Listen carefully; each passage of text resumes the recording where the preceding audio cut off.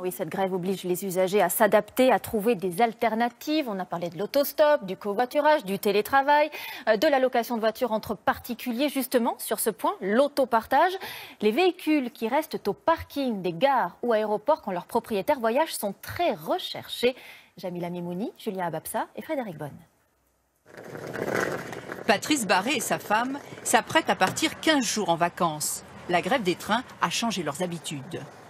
Suite aux grèves de la SNCF, donc j'étais obligé d'annuler mon train. Je suis donc venu en voiture de Niort. J'ai préféré prendre mon véhicule pour plus de sécurité, pour être sûr de pouvoir être ce matin à l'aéroport et de ne pas louper mon avion. Mais que faire de son véhicule pendant 2 semaines? Il a trouvé la solution. Il a fait appel à une société d'autopartage qui lui assure le garage gratuit, à une condition.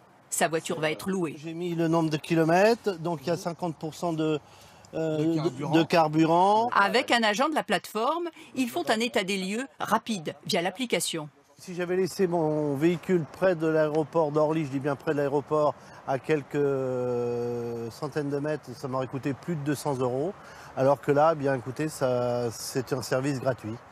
Autre avantage, il empochera une indemnité kilométrique de 10 € pour 100 km parcourus. 30 minutes plus tard, c'est Héloïse O'Haraud qui récupère la voiture pour une journée. Alors, c'était pour une location de voiture, c'est bien ça? Elle doit se rendre dans le nord de Paris pour son travail et veut éviter à tout prix le RER. La dernière fois, j'ai posé des jours de congé, mais au vu du nombre de jours de grève, voilà, la location de voiture s'imposait. Elle a été séduite par la simplicité du système. Elle choisit un parking proche de chez elle et pas besoin d'abonnement. C'est une boîte auto, donc c'est ce que je voulais, donc c'est parfait. Ça va vous coûter combien la journée? 46 €. Voilà, alors que chez un loueur, on va dire traditionnel, ça m'aurait coûté minimum 140, 150 €. Déjà 400 000 utilisateurs en France pour cette plateforme et 80 parkings partenaires.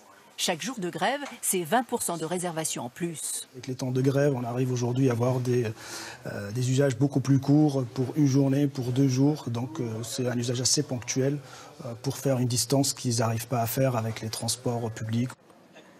Un système qui pourrait être encore plus plébiscité dans les semaines à venir.